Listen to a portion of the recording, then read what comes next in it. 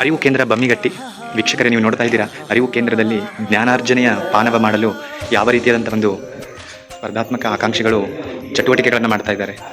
ರಸಪ್ರಶ್ನೆ ಕಾರ್ಯಕ್ರಮದ ಒಂದು ತಯಾರಿಯನ್ನು ಈ ರೀತಿಯಾಗಿ ಮಾಡ್ತಾ ಇದ್ದಾರೆ.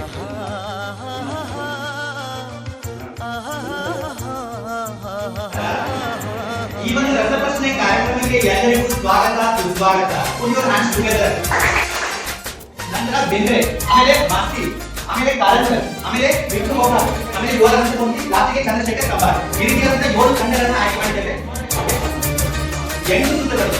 ಅಂದ್ರೆ ಆಯಾ ವಿಷಯದಲ್ಲಿ 8 ಪ್ರಶ್ನೆ ಕೇಳುತ್ತೆ. ಮುಂದೆ ಸಾಗಿ ನೇರವಾದ ಪ್ರಶ್ನೆಗೆ ಬಯಸುತ್ತಿಲ್ಲ ಸಿಗದು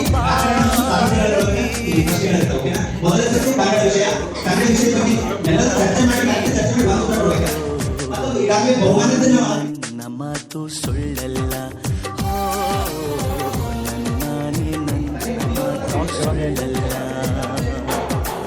ಏನಾಗಲಿ ಮುಂದೆ ಸಾಗಲಿ, ಬಯಸುತ್ತಿಲ್ಲ ಸಿಗದು ಬಾಡಲಿ, ಬಯಸುತ್ತಿಲ್ಲ ಸಿಗದು ಬಾಡಲಿ.